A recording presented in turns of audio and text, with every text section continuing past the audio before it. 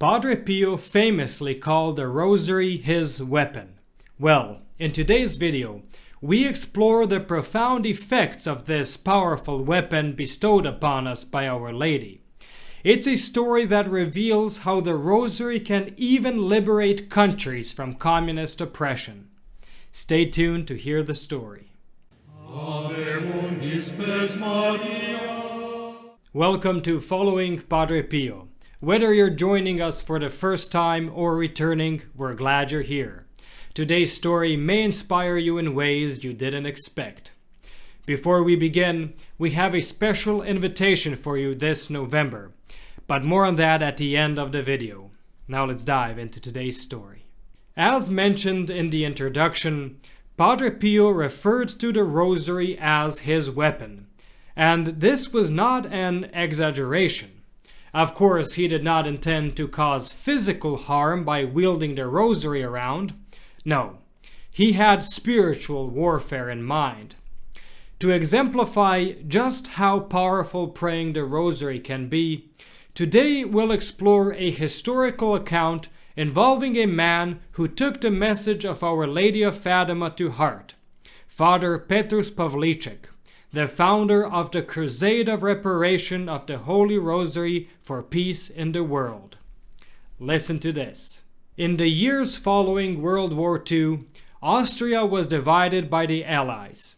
The eastern half of the country, including the capital city of Vienna, came under Soviet control. The Viennese endured the hardships and oppressions of communism.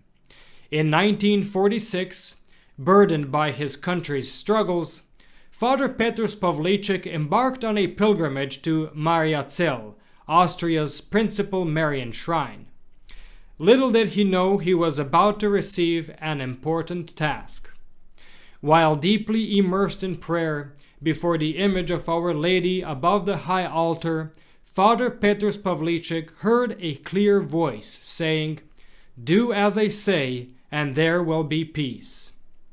These words reminded him of the message of Fatima, where Our Lady emphasized that the actions of men alone would not suffice.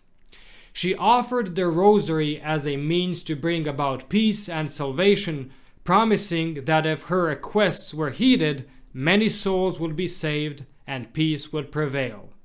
So, in 1947, with his country at the mercy of the atheistic Soviet government, Father Pavlicek took action.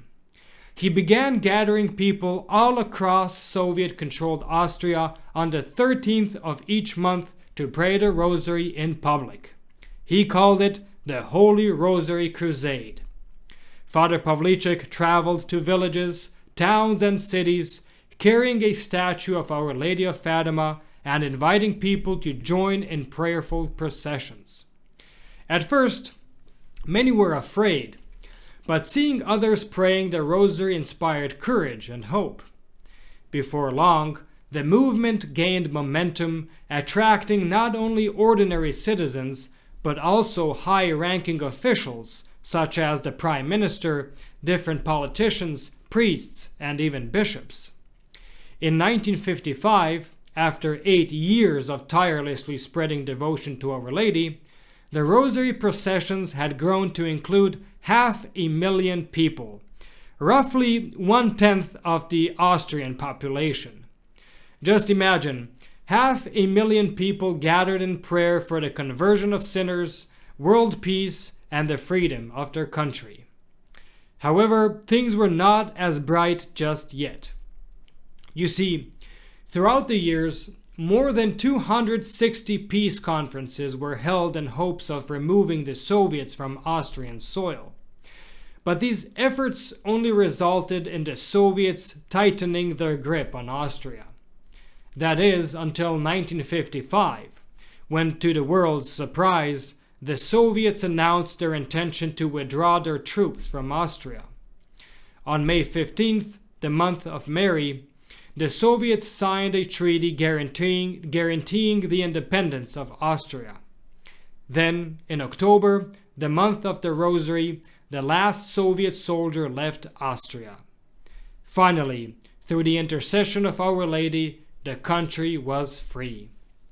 In Vienna, a large procession gathered, with people holding candles and rosaries while carrying a statue of Our Lady of Fatima, whom they thanked for their liberation. Today, proclaimed the Prime Minister, we, whose hearts are full of faith, cry out to heaven in joyful prayer, we are free. O Mary, we thank thee.